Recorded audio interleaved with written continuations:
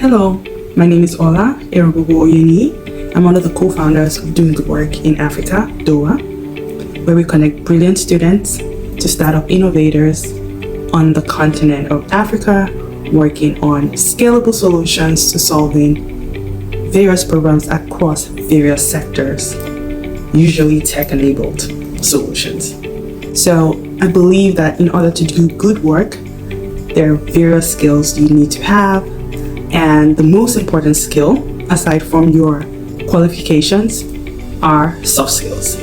When I talk about soft skills, I'm talking about knowing how to navigate working in a team, knowing how to read the room, knowing how, being self-aware to know what environment you do your best work in, and being self-aware to know the kind of work that you're passionate about, and taking all that in order to produce good work. These are all very important and great skills to have. I would say working as a team is a big deal. First of all, one person doesn't know it all, meaning you don't know it all. And so you would need to rely on your teammates, collaborating with your teammates and leveraging the resources and the talents that they have in order to successfully deliver on a project or program. And in being able to navigate working as a team, that's where a lot of soft skills also come into play. Being able to understand how best your teammate work or their communication style and your communication style, being able to know exactly the kind of work you can produce or your teammates can produce in order for you guys to leverage one another's talent or resources. In terms of handling assigned tasks and balancing your, being self-driven or, getting feedback and insight, what you want to do is not wait till when the project is due. So when you're working on a project, yes, you want to work hard, but you also want to work smart. And working smart means asking many questions, even the questions you think are dumb.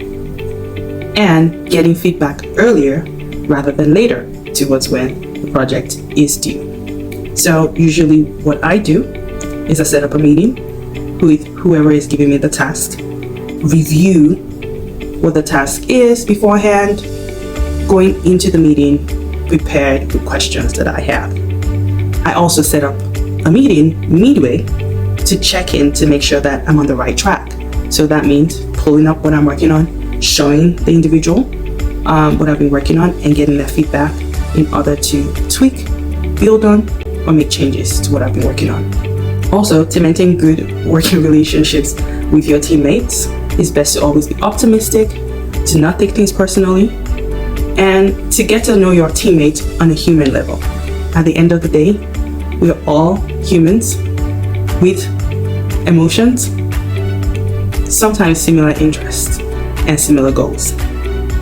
So that means sometimes going out to lunch with some of your teammates, finding ways to get to know them better, having coffee or chat. When you have many tasks, there's so many tools you could utilize to balance your workload and to organize and determine which ones have high priority. If I'm not able to determine that, this is something I'll sit with my manager to determine what is high priority and what can sit in the back burner. Now, interviews. When I'm interviewing anyone, the best qualities I'm looking for, yes, your qualifications. But most of you have qualifications, right?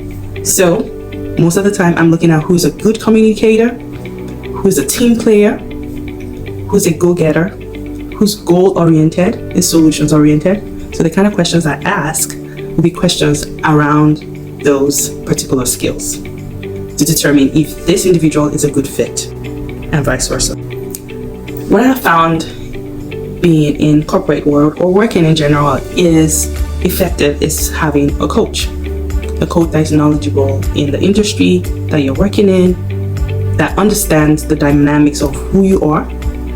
For instance, I have experience in the startup world, I'm someone of color, I have a passion for Africa, and I have a passion for strategy and project management. So I typically look for a coach that has similar values or some experience as mine, but they're much advanced in their career. When I do that, I have the opportunity to engage with them and come to them with issues or things that I'm trying to navigate. But when we talk about procrastination or time management, I found tools to be very helpful. From my calendar, physical one, to my calendar on Teams or on Google, where I have this scheduled. I have check-ins in between that. I don't schedule the deadline only, but I schedule check-ins ahead of the deadlines. And I also have an accountable partner, whether it's my manager that I'm working with on a project or a teammate. Also, in terms of balancing work-life balance, there's certain things that I've adopted. For instance, when I'm working with a company, you have to be self-aware enough to know what your pitfalls are. That's one. For me, once I see an email or I see work, I jump on it. So what I did for myself, for my self-care, is to take Outlook off my phone. That way I can do some self-care in the morning before I dabble into work. Another thing that I do is also have a hard stop for when I stop working, so I can spend time with my family and decompress and do some other self-care things. In terms of conflict management, I think part of that is getting to know who is on the other side and understanding that they're not coming from a place of malice, so you don't take it personal, and focus on what the goal is. When you're working with a manager, for instance, and there is conflict, which happens, that is life. You're going to have conflict wherever you are, with whomever you deal with at some point in time. For me, what I've learned is not to focus on that moment, to focus on what the goal or the objective or that team or the project is, and find a resolution.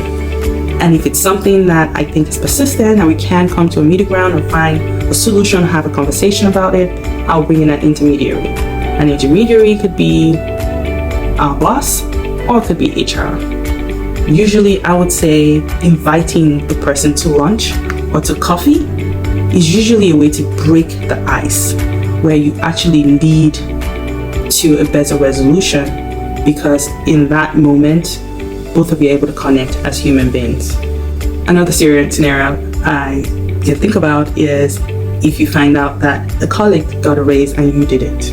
Now, one of the things that I do is to keep track of the projects that I'm working on and my achievement. So I schedule like a 30-day in, a 60-day in, a 90-day with my manager. I also schedule regular check-ins where we're talking about some of the things that projects I'm working on, projects I would love to work on, what are the things that I need to start doing, stop doing, and continue doing. And so the list of my achievements, or the list of things that I've achieved over time, is something I'm keeping track of towards my performance review. And I also talk about my achievements. I know sometimes we tend to think humility and modesty are the same thing, but they're not. You can be humble without being modest. Actually, I will tell you, do not be modest. Claim the hard work that you have done. Claim your flowers, claim your achievements, speak on it, share it, because that way you're doing good work and you encourage others to do good work.